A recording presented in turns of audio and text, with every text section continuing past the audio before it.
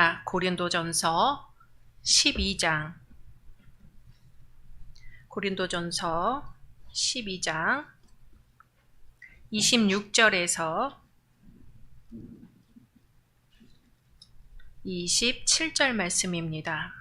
고린도전서 12장 26절, 27절 말씀 한 목소리로 합독하겠습니다. 시작. 만일 한 지체가 고통을 받으면 모든 지체가 함께 고통을 받고, 한 지체가 영광을 얻으면 모든 지체가 함께 즐거워하느니라. 너희는 그리스도의 몸이요 지체의 각 부분이라. 아멘. 이어서 고린도전서 15장 16절에서 22절 말씀입니다. 고린도전서 15장 16절에서 22절 말씀까지 한 절 한 절 교독하겠습니다. 만일 죽은 자가 다시 살아나는 일이 없으면 그리스도도 다시 살아나신 일이 없었을 터이요.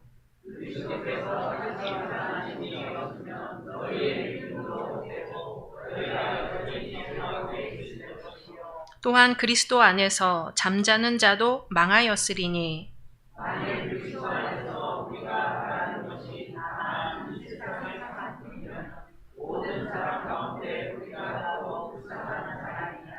그러나 이제 그리스도께서 죽은 자 가운데서 다시 살아나사 잠자는 자들의 첫 열매가 되셨도다.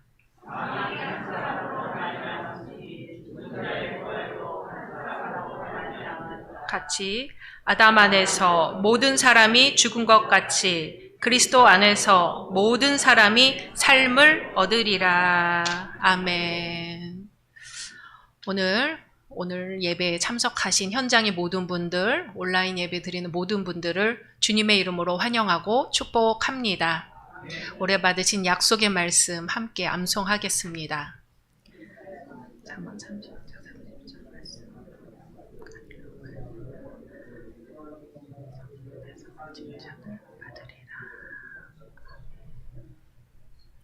말씀대로 이루어 주실 줄로 믿습니다.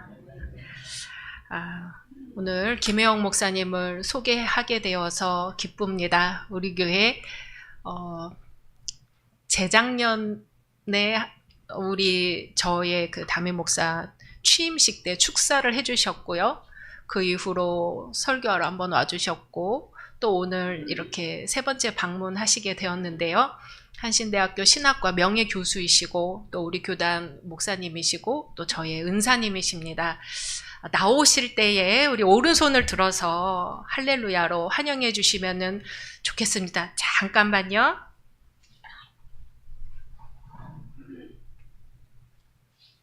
할렐루야. 이렇게 만나 뵙게 돼서 반갑습니다. 우리 조관순 목사님이 저의 제 지도로 박사학위 논문을 마쳤기 때문에 아마 저를 고정으로 이렇게 부르시는 것 같습니다. 만약에 오늘 제 설교를 들으시고 이제 그만했으면 좋겠다 하시면 언제든지 말씀해 주십시오. 이렇게 만나 뵙게 돼서 반갑습니다. 네, 오늘 우선 고린도전서 12장 26절 27절에 관해서 먼저 말씀드리겠습니다. 오늘 같이 우리가 읽은 고린도전서 12장 26절 27절 이것을 보면은, 저는 이 성경 귀절을 읽을 때마다 누구를 위하여 종을 울리나 라는 해밍웨이의 소설을 떠올리게 됩니다. 저 소설의 제목, 이 제목은 누구를 위하여 종을 울리라 라는 제목은 17세기 영국의 성직자이자 시인인 존 던의 소설 For Whom the Bell Tolls 라는 시의 제목을 그대로 해밍웨이의 소설에서 썼습니다. 누구를 위하여 종은 울리나. 그 존 던이라는 성직자의 시를 제가 소개해 보겠습니다. 누구든 그 자체로서 온전한 섬은 아니다. 모든 인간은 대륙의 일부이며 대양의 일부이니 조그만 흙덩이가 바닷물에 씻겨가도 유럽은 그만큼 작아지고 모래가 그렇게 되어도 마찬가지이며 그대의 친구들이나 그대 자신의 영지가 그렇게 되어도 마찬가지이다. 어느 사람의 죽음도 나를 감소시키니 그 이유는 나는 인류 속에 포함되어 있는 존재이기 때문이다. 그러므로 누구를 위하여 종이 울리는지를 알기 위해 사람을 보내지 말지니 그 종은 바로 그대를 위하여 울리노라. 이러한 시예요. 그러니까 어느 사람이 죽으면 이제 종을 울리는데 그때 누가 죽었나? 누구를 위해 종은 울리나? 이런 그 조정은 바로 나 자신, 우리 자신을 위해 울리고 있다는 것입니다. 이 시를 쓴 존 던이 영국 성공회 성직자였다는 것은 바로 오늘 우리가 봉독한 이 고린도전서 12장 26절 27절에 그 귀절로부터 시의 영감을 받지 않았을까 하는 생각을 저는 늘 합니다. 핵무기를 비롯한 첨단 무기의 획기적 발전과 전쟁의 광기, 생태계 파괴와 오염, 자원의 고갈, 극단적 기후 변화의 이런 문제들로 인해서 현재 인류는 위기에 처해 있습니다. 뿐만 아니라 하나님의 영역에까지 이를 것 같이 보이는 21세기의 유전공학, 생명공학의 무한 질주와 도전에 나타난 과학기술의 발전은 인류의 미래를 반드시 장밋빛으로만 그릴 수 없게 하는 위험 요소도 가지고 있습니다. 1990년 전후해서 그 현실 사회주의, 이제 동구권이죠. 동구권과 구소련의 붕괴, 해체로부터 시작된 오늘날의 신자유주의 지구화 시대를 맞이하여 빈부격차의 심화, 빈곤의 확산, 중산층의 붕괴, 이게 사상 초유의 실업률, 도덕적 기반의 붕괴, 이러한 모든 징후들로 인해서 전 세계가 앓고 있는 중병의 징후들이 바로 우리 인간 공동체, 생명 공동체의 파편화를 심화시키고 있습니다. 그러니까 옛날에 생각하던 그런 공동체 정신은 다 사라지고 각자 도생, 이러한 시대에 우리가 살고 있습니다. 전 세계적으로 지난 100년 동안 지금처럼 높은 실업률을 기록한 적이 없었고 소득이 지금처럼 불평등하게 분배된 적이 없었으니 이는 모든 경계를 넘어서 지구촌을 상대로 하는 무역과 외국 투자가 엄청 증가했지만 그동안 세계의 빈부격차, 소득 차이는 일찍이 인류가 경험한 적이 없는 극단적 방식으로 이루어지고 있습니다. 이 말은 무슨 뜻이냐 하면 옛날에는 동구권, 소련 이런 식의 공산주의 그리고 미국을 비롯한 자본주의 세계가 나눠져 있었기 때문에 그 안에서 서로 움직이던 이런 그 기업의 투자가 이제 국경을 넘어서 전 세계를 대상으로 한 지구화 시기에 돌입을 하다 보니 그 후유증이 뭐냐면 극심한 사회 격차예요.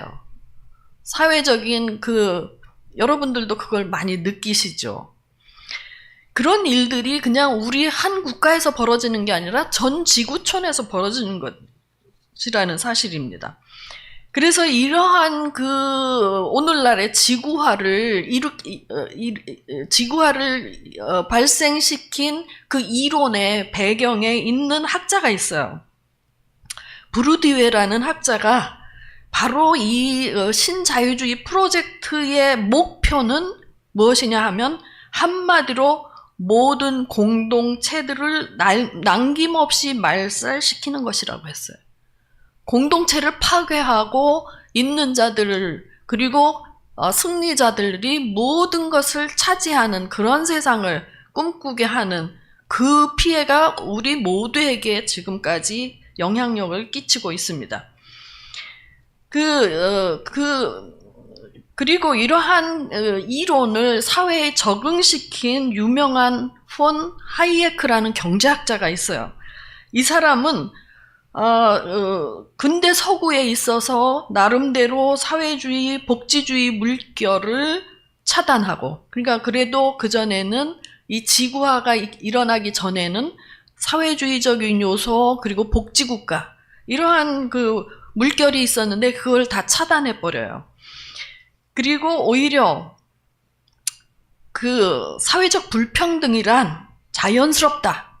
그건 어쩔 수 없는 것이니 누구도 책임질 수 없는 적자 생존의 논리를 주장하면서 심지어 어떻게 말하냐면 가난한 자, 노동자, 그리고 후진국들의 부자, 자본과 이렇게 가난한 사람들은 사회 정의, 분배 정의에 대해서 노골적으로 부정하는 그런 이론을 펼쳤습니다. 이러한 영향이 어디로 가냐 하면 영국의 대처 여자 수상이 있어요. 그 수상이 그 민영화, 모든 국가의 그 자산을 민영화시키고, 그 일로 인해서 사실상 지금의 영국의 일반 서민의 삶은 너무나 힘든 상황이에요. 그리고 그때 당시에 미국의 레이건 대통령이 또 등장을 합니다. 그래서 미국이 가지고 있었던 좋은 점이 지금 엄청나게 힘든 상황으로 되어가고 있어요. 그래서 탈규제, 기업가들에게는 탈규제, 그리고 민영화라는 이 두 가지가 신자유주의 물결의 핵심이에요. 이러다 보니 이러한 그 신자유주의 물결에서 벌어지는 경제전쟁, 시장 지배의 1차적 희생자들은 누구냐 하면 노동자, 특히 정보화 시대에 적응하지 못하는 단순 노동자들, 그리고 경쟁력을 상실한 노인들, 장애자들, 빈민들, 이들을 이제 우리가 소위 사회적 약자라고 부르죠. 사회적 약자들, 소외자들, 이들이 오늘날의 최대의 희생자들입니다. 이처럼 신자유주의 철학의 기수이자 생물학적 진화론을 사회에 적응시킨 하이에크라는 그 경제학자는 사회적 진화 과정에서의 불평등이란 자연스러운 것이다. 그러므로 누구도 책임질 필요가 없다. 사회라는 개념 자체를 말살시키는 일에 앞장을 섰습니다. 그렇지만 지리동물학자인 그 크로포트 킨이라는 아주 유명한 학자가 있어요. 그러니까 그 사회적인 그 약자들을 보호할 필요도 없고, 이 세상은 정글이고 누구든지 경쟁해서 살아남는 것이 최고다라는 것만 우리가 생각하면 안 되는 거예요. 그 반대의 이론도 얼마든지 있는데 우리 귀에 들어오는 것은 이상한 소리들, 그리고 지금 사회를 쥐고 흔드는 사람들의 논리에 의해서 가지지 못한 사람들, 소외된 사람들도 그냥 쫓아가는, 그렇게 하면 안 된다는 거예요. 자, 이 지리동물학자는 개체들의 경쟁과 전쟁이 진화의 원동력이라고 하는 이 잘못된 이론에 대해서 반박을 했습니다. 어떻게 반박을 했냐면, 상호 부조, 서로 돕는 거 역시 진화의 중요한 동력이다. 그래서 그 사람이 쓴 책이 뭐냐 하면 만물은 서로 돕는다라는 책이에요. 아시겠죠? 적자 생존이고 이 세상은 정글이기 때문에 거기서 어떻게 해서든지 남을 짓밟고 올라가야 된다 하는 것과는 정반대의 만물은 서로 돕는다라는 저서를 썼습니다. 이 책에서 그는 그 다윈의 진화론을 추종하는 그 다윈주의자들의 신념을 비판합니다. 다윈의 추종자들은 동물의 세계를 반쯤 굶어 서로 피해 줄인 개체들이 벌이는 끝없는 투쟁의 세계로 그렇게 생각하고 있지만, 이 크로포트킨이라는 학자는 그것과는 다른 그 자기의 연구 결과를 책으로 썼습니다. 그래서 숲이나 목초지, 산악에서 직접 자기가 관찰한 바에는 그 다윈주의자들이 이야기하고는 그런 동물의 세계와는 전혀 다른 모습이 있다는 거예요. 그래서 다양한 종들 사이의 경쟁보다는 협력과 지원이 훨씬 더 많이 발견된다는 거예요. 상호부조, 서로 돕는다는 것은 동물의 종이 진화를 하면서 그 몸속 깊이 새긴 자연의 원리라는 거예요. 그래서 그 사례들, 많은 사례들을 무궁무진하게 제시합니다. 예를 들면 동료가 이제 동물의 세계에서 동료가 먹이를 달라고 요청하면 입에 머금고 있던 먹이를 개워서 내어주는 개미, 그리고 바다로 나아가 알을 낳으려고 할 때 무리를 지어 이동하며 서로 도우며 협동하는 서인도 제도의 참개, 또 상호 지원의 사회성이 특히 발달한 꿀벌, 갇힌 동료를 도와주려고 애쓰는 몰루카 개들의 감동적 협력과 연대의 사례들이 무궁무진하다는 거예요. 이러한 주장은 사회로도 이어진다는 거예요. 인류 사회, 우리 인간들의 공동체에서도 이어진다는 거예요. 그래서 곤궁한 사람들끼리 서로 돕고 연대함을 역설하는 그러한 책을 썼습니다. 바로 이러한 서로 돕는 상호 부조의 그 연대성을 우리가 유지하지 않고는 오늘의 위기를 극복할 수 없습니다. 자, 우리는 이제 고린도전서로 들어갑니다. 우리는 그리스도의 몸이며 우리 각각은 그 지체라는 것, 기독교의 신앙 공동체의 우리 그 성원들, 멤버들은 우리가 받은 은사가 각기 다르고 그 차이들로 인하여 상호 의존적인 다양성의 혜택을 입고 있다는 사도 바울의 서신을 받게 되었습니다.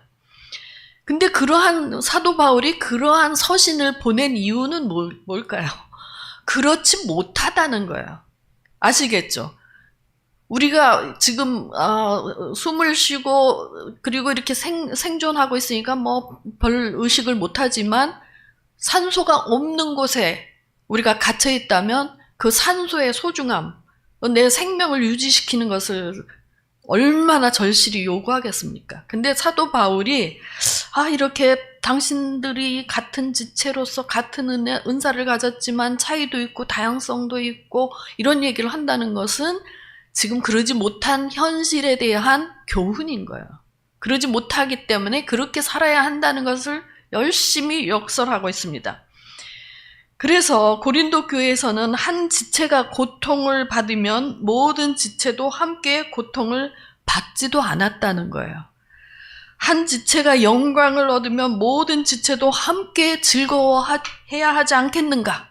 근데 그러지 못했다. 그 얘기예요. 이를 시정해야 한다 하는 것이 오늘 우리가 읽은 본문의 말씀의 뜻입니다. 그래서 사도 바울 시대에 저러한 고린도 교회의 현실은 또한 우리의 현실이기도 합니다. 정말 나와 함께하는 지체들과 함께 슬퍼하고 또 기뻐하는 일들이 많아야 할 텐데 그럴 때 교회는 성장하는 거죠. 그러지 못하기 때문에 너네 또 잘난 척하네 이러면 안 되겠죠. 자, 영혼의 잘됨 같이 범사에 잘되며 강건하게 되는, 이게 이제 소위 삼박자 구원처럼 사회적 책임을 외면한 채 개인 구원 지향적인 기적적 치유를 내용으로 하는 교회들은 날로 승승장구하고 있습니다. 이것은 구원론적 개인주의와 구원관의 사사화라고 그래요. 다 모든 것을 개인주의적인 측면에서 그렇게만 보는 거예요. 사회가 어찌 되던 말던 그저 나만 건강하고 내 영혼이 잘 되고, 그런 교회들은 대형 교회들이에요. 우리 기장교회는 그런 교회가 없어요. 그래서 참 힘들죠. 우리 기장교회가 더 많은 일을 할 수 있는 인적, 물적 자원을 가지고 사회적인 그 발언도 하고 사회적 책임을 다 감당할 수 있다면 가장 정말 바람직한 교회인데, 그런 뜻을 가진 교회들은 자꾸 감소하고 쪼그라들고 있으니까 안타까운 사실입니다. 어쨌든 내 영혼을 구하라 라는 말은 대중부흥 설교의 대표적인 표어예요. 자꾸 영혼을 구해라 이거예요. 세상이 어찌 되든 말든. 근데 이 영혼을 강조하는 사람들이 의외로 물질에 대한 욕망은 엄청 큽니다. 말로는 영혼 구원이라고 그러지만 물질의 축복이에요. 물질의 축복을 잘 받으면 내 영혼이 잘 됐다고 생각을 하고 그 덕분으로 교회에 헌금을 많이 합니다. 근데 그 교회, 대형교회 목사님들이 제대로 올바른 교회로 끌고 가느냐 하는 것에 대한 우리가 본뜻을 알아채야 합니다. 이러한 기복주의적인 개인주의적 대형 교회들이 과연 그리스도의 몸된 교회인가 하는 것을 묻는 것조차 이제는 진부한 것이 됐어요. 범죄자들이 득식을 한 교회들이 승승장구하는데도 아무도 말을 안 해요. 함께 거기에 가세를 하고 있죠. 제가 예전에 조선이라는 소설가가 쓴 나쁜 부모 컴플렉스라는 글을 신문에서 읽었습니다.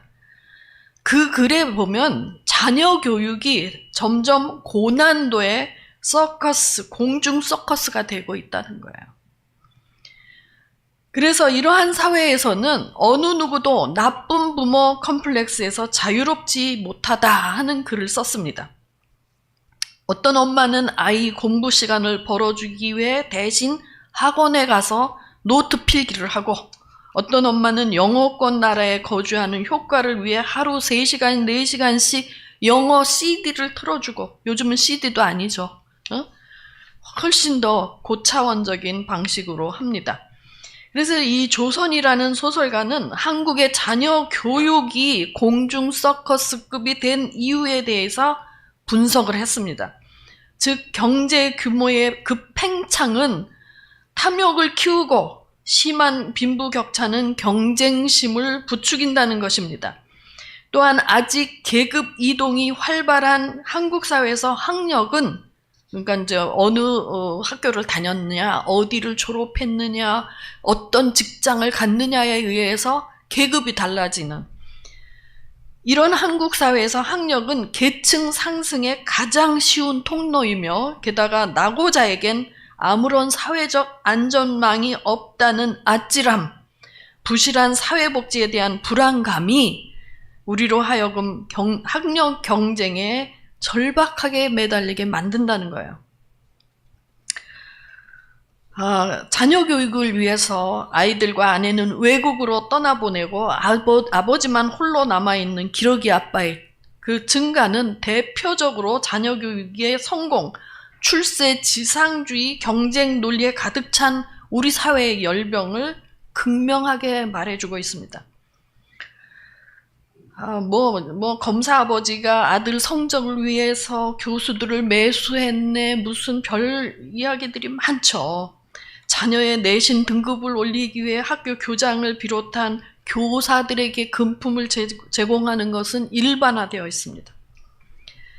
그렇지만 한편으로 우리는 이런 거에 내가 재수없게 걸려들었네, 억울하다, 이런 생각을 하는 경우가 허다합니다.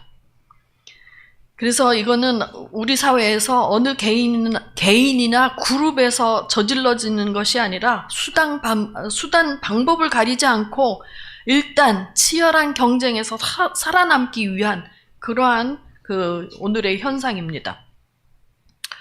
워싱턴 특파원이 쓴 계층 문제에 눈 돌리는 미국이라는 글이 있었습니다. 미국을 상징하는 유명한 말 중에 하나가 아메리칸 드림이에요. 그러나 이제는 이러한 말이 더 이상 미국에서 통하지 않는다는 거죠. 그래서 미국의 그 특파원의 친구가 말하길, 지금의 미국은 자신이 성장할 때의 미국이 아니다 라면서 자신의 가족의 예를 들었습니다. 70년대 초 자기가 공립초등학교를 다녔을 때 전체 학생의 20% 정도가 흑인이었어요. 그리고 자신은 꽤 유복한 편이었고 그 정도는 당연하게 생각했다는 거예요. 그러나 지금 그 초등학교에선 백인 상류층은 찾아볼 수 없다는 거예요. 그러니까 백인 상류층들은 절대로 그런 공립 초등학교 이런 데는 안 다닌다는 거예요. 끼리끼리 노는 거죠.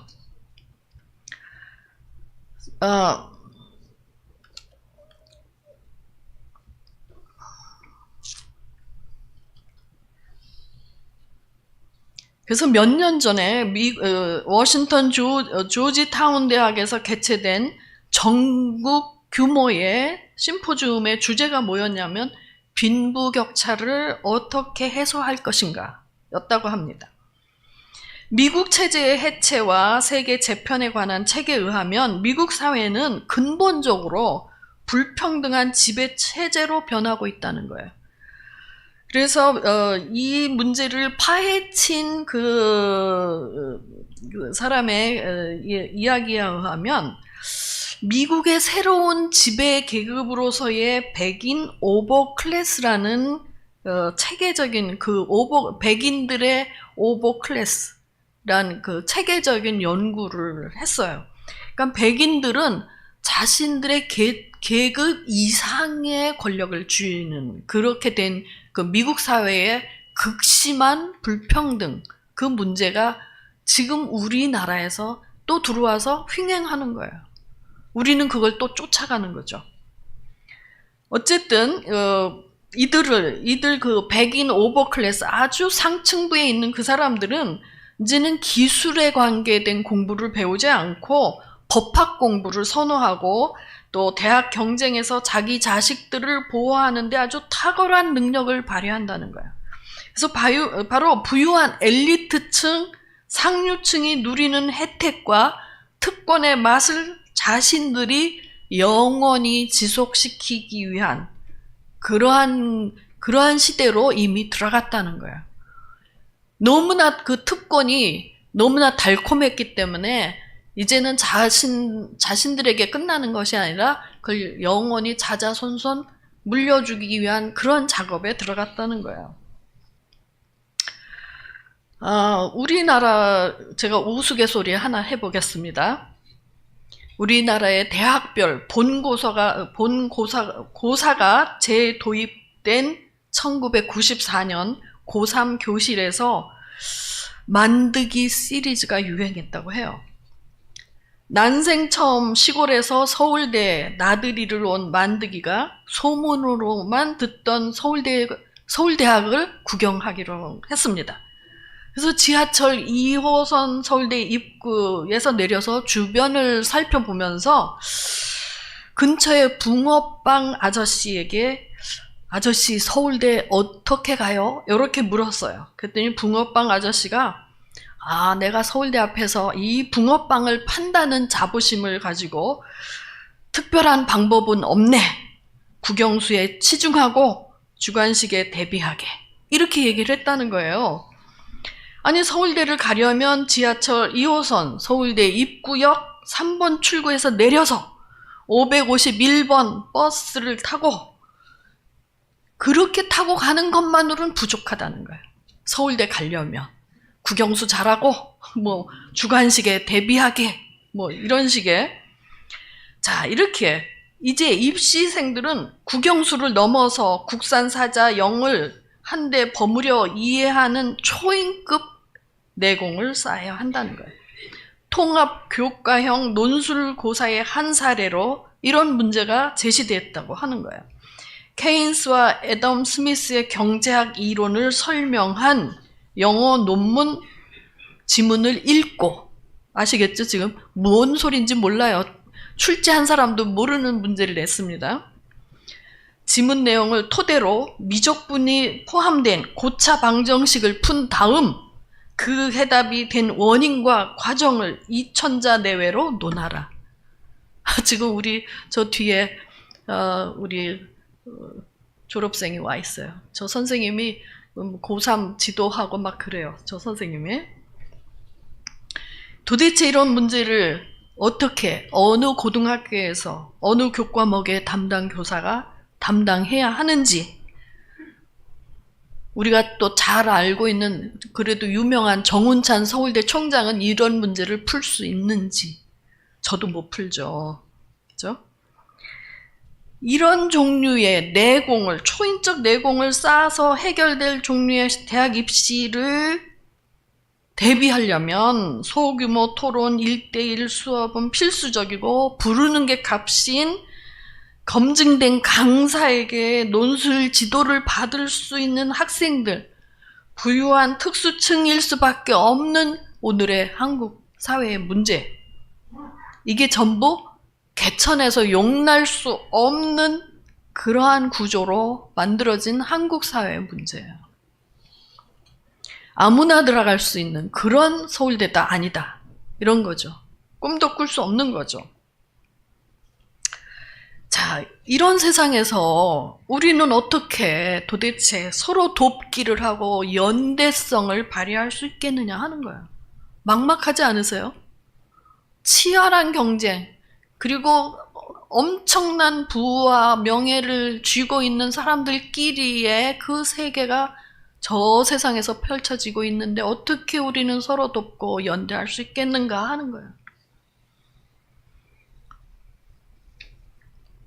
오직 출세와 성공, 게다가 힘없는 약자들을 영원히 따돌리고 홀로 세상에 우뚝 서고자 하는 욕망으로 들끓고 있는 이 세상을 바라보면서 서로 돕기와 연대성이란 결코 성립될 수 없는 환상처럼 보입니다.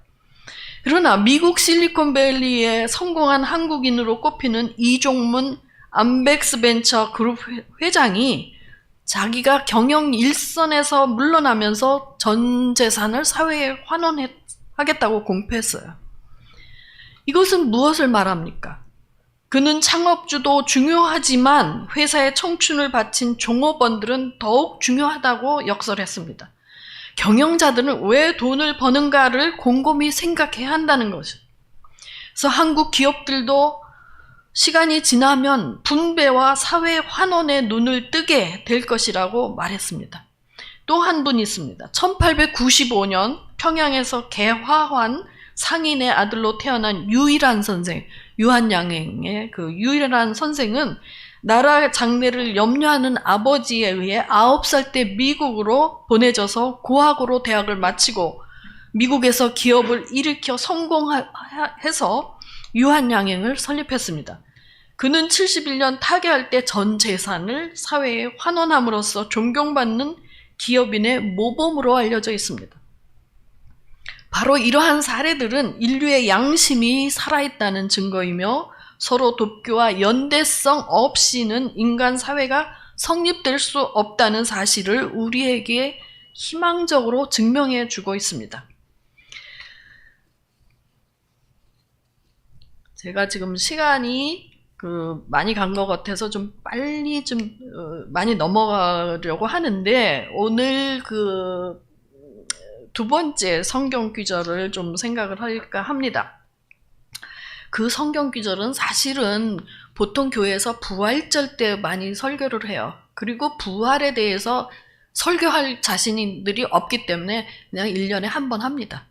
그렇기 때문에 그게 무슨 뜻인지 잘 모르는 경우가 많아요. 자, 그런데 그 부분 때문에 얘기를 하는데 우리가 인간 서로 돕고 또 연대해야 된다 하는 그 양심에 우리 인간됨의 도리를 다하는 것, 그것만으로는 부족해요. 그것을 가능하게 하는 힘이 어디서 오느냐 하는 거예요. 아시겠죠? 무슨 얘기인지. 우리가 정의를 추구한다든지 평화를 추구한다든지 공의를 추구한다든지 하는 것은 우리 힘만으로는 부족하다는 거예요. 그래서 하는 말이 있습니다. 인간 상호 간에, 우리가 인간과 인간 사이에 무조건적인 연대성이 주장되고 관철되려면 새로운 어떤 힘이 필요한데 어떻게 하느냐 하는 거예요. 그래서 인간들 상호 간에 새로운 연대성을 위한 기초, 그게 바로 세상 안에서 우리가 평화, 화해를 추구하지만 언제든지 우리는 내 마음이 늘 바뀌어요. 평화를 뭐 또는 화해를 해야지. 그런데 내 마음이 확 돌았을 땐 다 깨져버려요. 근데 그거를 유지하는 힘은 어디 있느냐 하는 거예요. 그래서 우리가 그런 연대성, 서로를 돕고 또 불쌍한 사람들, 힘든 사람을 도와야 한다는 그러한 의의를 추구하는 힘은 어디서부터 오느냐 하는 거예요. 그래서 인간 상호 간의 연대성에 어떤 신적 근거가 필요한 거예요. 그게 바로 하나님이에요. 아시겠죠? 그거 없이 우리가 뭘 하겠다? 내가 평화를 추구하고 누구를 또 정의를 위해서 목숨을 바쳐야겠다 하는 것을 지지할 수 있는 그 영원한 바탕은 바로 하나님으로부터 온다는 거예요. 그래서 우리가 새로운 사회를 열망한다, 새로운 사회를 희망한다 하는 데에서 자유, 정의, 평화, 새 나라, 새 하늘, 새 땅 이런 것을 우리가 외치지만 그 새하늘 새 땅을 가능케 하는 분이 누구냐 하는 것이 중요한 거예요. 그래서 우리가 하나님을 믿어야 되는 거예요. 자, 그뿐만 아니라 이제 과거의 사람들, 우리의 조상들, 하나님을 믿지 못하고 돌아가신 우리 조상들 많죠. 그렇죠? 우리가 하나님 믿게 된 게 얼마 되지 않잖아요. 그럼 하나님을 믿지 못하고 돌아가신 그러한 과거의 사람들은 또 어떻게 우리가 기억할 것이냐? 그분들과의 관계는 무엇이냐 하는 거예요. 자, 그들을 우리가 소망하게 될 때 사회적 연대성으로 우리의 그 과거의 인물들을 우리의 연대성으로 끌어들일 때 우리는 의미 있는 새로운 사회적 역사적 삶을 함께 나누게 되는데 그 힘이 어디서 오는가 하는 게 두 번째 오늘 성경 규절이에요. 아시겠죠? 나중에 여러분 집에 가서 다시 한번 읽어보세요. 자, 봅니다. 죽은 사람들, 특히 무고하게 희생당한 사람들. 우리 그 70년, 80년대 막 그 군사 독재 정권에 의해서 탄압받고 감옥에 가고 거기에 앞장섰던 우리 한신대가 기장이 받은 고통 이루 말할 수 없습니다.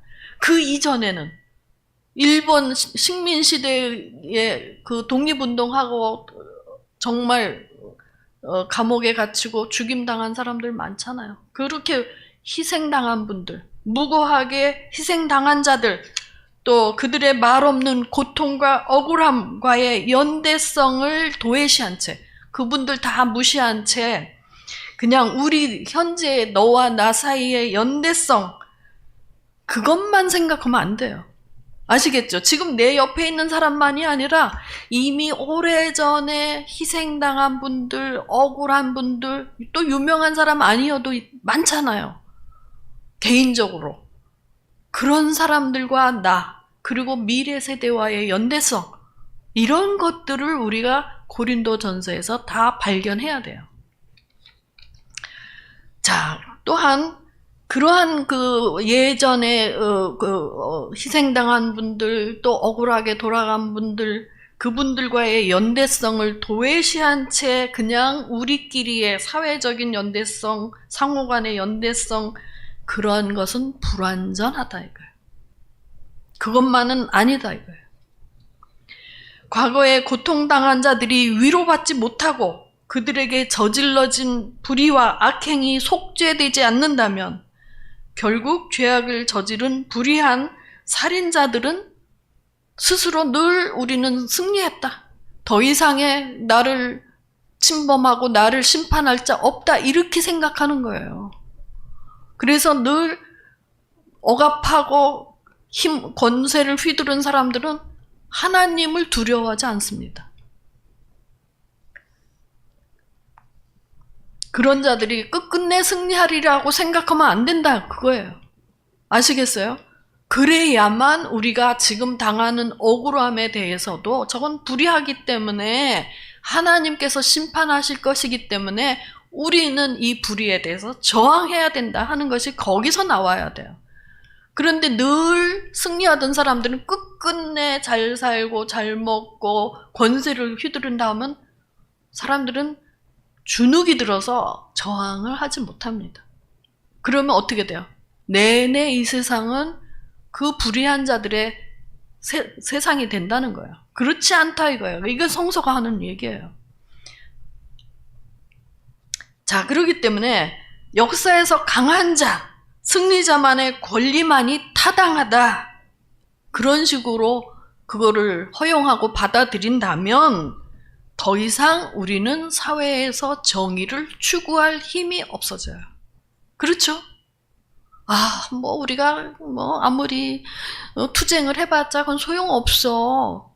그냥 노예처럼 살면서 그냥 부스럭이나 얻어먹지. 이런 세상이 되는 건 아니에요. 그래서는 안 된다는 거야.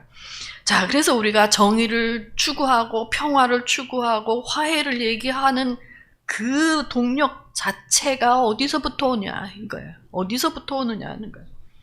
자, 우리가 불의한 잘못된 역사에서 억울하게 희생당한 자들과의 연대성을 생각해야 하는 이유가 바로 현재 미래에만 한정된 연대성을 우리가 생각하면은 그렇게 과거에 희생당한 사람들에게 또 가해지는 또 하나의 폭력이다 이거예요. 또 하나의 잘못된 거다 이거예요. 그건 옛날에 그건 끝났어. 그냥 우리 현재 앞으로 우리 자손 이것만 생각하면 안 돼. 왜? 나도 과거가 돼요. 그렇죠? 내가 당한 희생이 그 미래 세대 속에서도 기억되지 않고 그 억울함을 풀어줄 노력을 하지 않는다면 우리 얼마나 억울하겠어요. 그렇기 때문에 나보다 일찍 희생당한 사람들과의 연대성, 그리고 우리 지금 동시대 사람들과의 연대성, 앞으로 미래의 사람들과의 연대성, 이 전부를 같이 생각해야 돼요. 자, 그런데 죽은 자들, 과거의 죽은 자들을 다시 데려와서 과거의 고통을 보상해 줄 권세를 지닌 사람은 없어요. 그렇죠? 우리는 그 능력이 없어요. 오직 하나님만이, 죽음과 생명, 우리의 생사를 주관하시는 하나님만이 몸소 죽음의 나라로 들어가서 죽은 자들과의 연대를 이루시고, 그럼으로써 죽음의 사슬을 끊고 죽음의 권세를 꺾을 때 하나님은 죽은 자들에게도 정의를 회복시켜 준다는 것. 이게 성서의 증언이에요. 오늘 우리가 두 번째 읽은 성경 구절이 바로 이거를 얘기하는 거예요. 아시겠어요? 자, 지옥에 내려가셨다. 음부에 내려가셨다. 라는 신앙 고백들이 있어요. 성경에도 있고, 죽음에 내려가셨다. 음부에 내려가셨다. 신앙 고백, 사도신경, 베드로전서 3장 18절과 같은 증언들은 우리가 이해하기 참 어려운, 지옥에 어떻게 내려가셨나, 음부에 내려가셨다. 이게 우리한테 피부에 와 닿지 않아요. 그렇지만 이게 바로 예수 그리스도의 죽음, 부활 사건에 관한 신앙을 구성하고 있는 본질적 요소들 중에 하나예요. 아시겠죠? 그러니까 그냥 이제 사도신경 외운다고 하니까 그냥 자동적으로 쭈르르 그게 아니에요. 바로 이게 이런 뜻이었구나 하는 것을 아셔야 돼요. 그래서 예수께서는 당신의 죽음 안에서 또 당신의 부활을 통해 정말 죽은 자들과 연대를 맺고 죽음 저편 너머에까지 사람들 사이에 참된 사회의 연대성을 새롭게 수립하셨다 하는 게 오늘 성경 구절의 전체적인 내용이에요. 자, 오늘 봉독한 고린도전서 15장 16절 22절의 말씀을 제가 조금 요약해서 말씀드리겠습니다. 예수 안에서 계시되고 실현된 하나님과 인간 사이의 참된 관계, 즉 나는 너의 하나님이 되고 너희는 나의 백성이 된다. 이런 아주 중요한 거죠. 구약에서부터 이제 하나님과 이스라엘 백성과의 계약이 있어요. 나는 너의 하나님이 되고 너는 나의 백성이 된다. 아주 굉장한 축복이에요. 근데 이제 여기 고린도전서에서 보면 예수 안에, 우리는 하나님을 직접 못 만나요. 우리는 예수 안에서 하나님을 만나는데 그 하나님과 우리 인간 사이에 맺어진 계약 관계가 바로 우리 인간들 사이에 새로운 유대성, 연대성을 세워주는 거예요. 아시겠죠? 하나님과 인간, 예수 이런 관계가 바로 우리 인간들 사이에서 왜 정의를 추구해야 되며 서로 도와야 하며 또 평화를 추구해야 하는가 하는 것의 기초라는 거예요. 그러니까 하나님을 고백하는 사람들 이외에 그렇지 않은 사람들은 그 내용의 신적 내용을 몰라요. 그리고 그냥 인간의 양심, 인간됨의 도리를 다해서 정의, 평화 추구하는 거예요. 그러나 그것은 언제든지 무너질 수 있어요. 자, 하나님 안에서 생명에 의한 죽음의 권세가 꺾였고 하나님의 의가 승리했기 때문에 우리는 이 사회 속에서 궁극적인 승리를 선포할 수 있고 선포해야 하는 거예요. 이러한 성서의 증언들을 굳게 믿고 우리가 이렇게 성경을 통해서 배운 것을 힘써 실천함으로써 서로 돕기와 연대, 나눔을 통해 우리 모두가 풍요로워지고 또한 우리 모두가 용기와 희망으로 넘치기 시작하는 그러한 신앙 공동체, 사회 공동체를 만들어가는 일에 헌신하는 우리 모두가 되기를 진심으로 간구합니다. 기도하시겠습니다. 하나님 감사합니다. 우리를 당신의 사랑의 관계로 초대해 주셔서 서로를 자유한 평등의 관계로 형제 자매로 삼아주신 하나님, 당신께 영광을 돌려옵니다. 예수 그리스도께 붙들린 우리 신앙 공동체는 이미 그 자체로서 은사가 넘치는 공동체임을 알고 저희가 기뻐합니다. 성부, 성자, 성령의 삼위일체 하나님의 사랑이 넘치는 아름다움, 춤의 향연이 열린 교회를 비롯한 모든 교회에서 넘치도록 축복해 주시옵기를 바라며 예수 그리스도의 이름으로 기도합니다. 아멘.